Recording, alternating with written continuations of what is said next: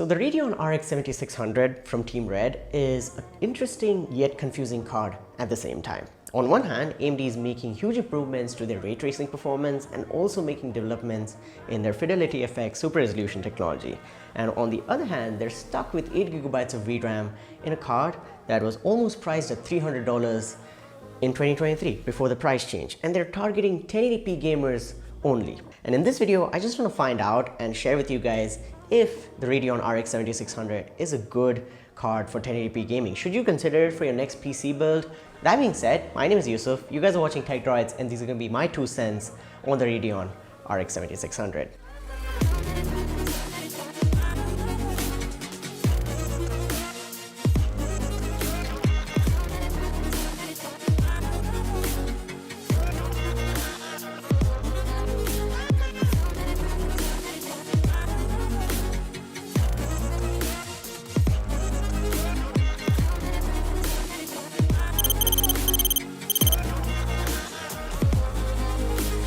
Alright, so starting off, let's talk about the specifications. The RX 7600 is based on AMD's RDNA 3 architecture, and at its heart is a Navi 33 GPU. There is 32 compute units, there's also 32 ray accelerators and 128 texture units. There's 2048 stream processors as well. Talking about memory, you've got 8GB of GDDR6 memory with one 8-pin PCI power connector, and a 550 watt power supply is recommended by AMD, and AMD also claims a total board power of about 165 watts. But we'll talk about power consumption, thermal performance later on in the video. These are just the paper specs that I wanted to get out of the way. You also have one HDMI and 3 display ports, and this HDMI port is HDMI 2.1 compatible. So that's that, and there's going to be DisplayPort 1.4a. You can get high refresh rate output from this one, so no issues there. And it's got all the basic specifications that you'd expect from a 2023 card. So, H.265 as well as HEVC encoding, H.264, AV1 encoding, which helps with both video creation as well as, live streaming. So that's that. Talking about clock speeds, my card is a special one because this is not the Founders Edition. This comes from the folks over at Asus, and in my opinion, this is probably going to be the best Radeon RX 7600 variant in the market in terms of cooling, in terms of performance, basically in all aspects, because this is the Asus Radeon RX 7600 ROG Strix Gaming OC Edition. It's going to be a expensive card again compared to the normal Radeon RX 7600, but there are advantages. Starting off is going to be the design itself. You've got the signature Asus ROG Strix design with the brushed metal backplate, the ROG logo, and this is a 2.9 slot design as Asus calls it. It's a beefy heatsink. You've also got their dual axial tech fans, which also have the 0 dB feature. So the fans stop when there's no load on the graphics card, and you have a dual BIOS system this time around. So there's a performance mode and there's also a quiet mode. All the testing in this video is done on the performance mode. And talking about the clock speeds, you've got extra clock speeds here, and you can also overclock this card. And I think in terms of overclocking and thermal performance and overall just giving you the best extra FPS possible, you'll be able to get it from this card. And how can we forget? There's also RGB on this card, so you can change the colors as well as the effects using the software. It is compatible with Asus's AuraSync RGB. So if you have other products that support that lighting ecosystem, this is going to sync with that as well. Now talking about clock speeds, in terms of the boost clock, you're going to get a 2755 MHz boost clock here and a 2375 MHz game clock, which is really nice. And you have two BIOS modes, so you can switch around with that, and the clock speed will change depending upon which BIOS setting you're using. And it's an on-the-fly switch, so again, no need to go around into softwares and tinker around and stuff like that. So that's that. Those are all the tech specs of the RX 7600. Now talking about the testing situation, for the CPU, I'm using an AMD Ryzen 5 3600. And I wanted to use a relatively older CPU just to find out how this card performs with a budget old CPU, because that's what most people are going to be using this card with. And I also wanted to find out if the 6-core Ryzen 5 3600 was going to be a bottleneck for this graphic card.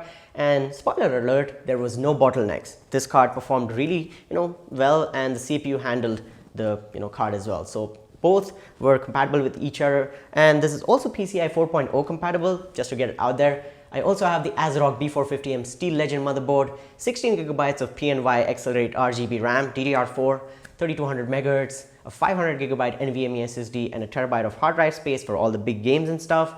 850 watts power supply from NZXT, their C850. I've also got the NZXT Kraken 240 RGB cooler with the LCD display, and everything was packed into the NZXT H5 Elite case, and that's my testing situation. I also used the latest version of the Adrenaline driver and the latest version of Windows 10, and let's talk about gaming performance. Starting off with Valorant at 1080p max settings, it's a solid 200 plus FPS in most places. While I was playing deathmatch, it sometimes dips to maybe the 190s or 180s, but majority of the times it's a really good playable experience, and even if you have a 240Hz monitor, I think you can enjoy Valorant and get a really good playing experience. Coming to a game like God of War, it was really fun. I was able to max out everything at 1080p. So 1080p ultra settings, God of War ran and gave me a really nice 80 FPS. Sometimes it would dip to 75, but in most cases, most areas in the game, I was able to get 80 plus FPS and a really nice experience playing this game. Talking about GTA 5, a game that is everyone's favorite, even after 10 years of release. 1080p, maxed out settings, everything ticked, all the options, very high, ultra. And I was able to get 120 FPS plus at all times while driving vehicles or shooting guns in the city areas. It was very stable and a really nice playing experience in GTA 5 on the Radeon 7600. Now, RDR2 is a game that was able to use the full potential of the Radeon 7600, and I was able to get 60 FPS in most cases, but yes, it would dip down to maybe 50 or 55 FPS sometimes. It's still playable, and I'm talking 1080p max settings, and RDR2 is a heavy game. It's a very demanding game, and it is able to use that full 8 gigabytes of VRAM. Playable if you lower the settings a little bit, but I think this is still pretty decent performance, but could have been better if there was more VRAM. And moving on to a game like Control at 1080p maxed out settings, ray tracing off, I was able to get really good FPS, 80 plus FPS at all times. Sometimes it would dip down in really demanding areas to maybe 75, but other than that, Control was really smooth, really playable, and it's a fun game. I recommend you guys try out Control if you haven't already, but let's move on to the next one. Now, coming to a game like Assassin's Creed Valhalla, with the graphics quality set to ultra high and the resolution being 1080p, I ran the benchmark, and the in-game benchmark gave me an average FPS of 92, and while the benchmark was running, even in demanding areas, the 7600 was able to give me FPS above 80, which is a good FPS for Assassin's Creed Valhalla, and the game is really playable, and again, a really enjoyable game which you guys should try out. Next up, I tested Cyberpunk 2077. Again, at 1080p ultra settings, I was getting really good FPS, like 80 plus FPS in most cases, but in demanding areas where there was too much happening, too many reflections and stuff, the game would dip down to the lower 70s. But again, a good playable experience even in Cyberpunk 2077, and this is with ray tracing off and FSR off. So this is just the raw performance of the game itself, but it was able to use the full 8 gigabytes of VRAM in most cases. So we'll be trying out ray tracing as well later on, but this is the performance without ray tracing. All right, so that was performance in normal rasterized games. Let's talk about ray tracing performance. I did try a bunch of games with RT on, so Cyberpunk, Shadow of the Tomb Raider, and also RDR2 has some ray tracing, and the ray tracing performance of this card has improved. It's not a monster or anything, it's not the best ray tracing card, it is not going to beat Nvidia anytime soon, but they're trying and they are improving in terms of the performance. So here are the numbers. Now, testing Cyberpunk with ray tracing on, if you set the ray tracing preset to medium and run the game without FSR, you will get a very choppy experience. The FPS is like 35, 37 max, and it's not a very good playable experience. The game does feel choppy, but the moment you turn on FSR, the FPS jumps and you get 45, 50 FPS now. So FSR is definitely doing its job, and it's doing a really decent job at increasing the FPS and still giving you high fidelity. So I really like this, and AMD should keep working on the FSR as well as RSR technology in their graphics cards, which is going in the right direction in my opinion. Now coming to another ray trace game, which is Shadow of the Tomb Raider, ray tracing on and the game set to ultra, I was again able to get 60 FPS, which is a good playable experience in my opinion. Ray tracing performance isn't the best right now in AMD cards, at least the budget ones, but it is improving and I'm happy with the direction it's going in. Alright, so that's the ray tracing performance. Let's talk productivity and content creation. Nvidia still has a upper hand in terms of live streaming and content creation because of their NVENC encoder and all the software and AI features that they've added over the years. This is not a bad card for video editing. This is still good enough. You can live stream, you can edit videos in 4K and stuff, no problem.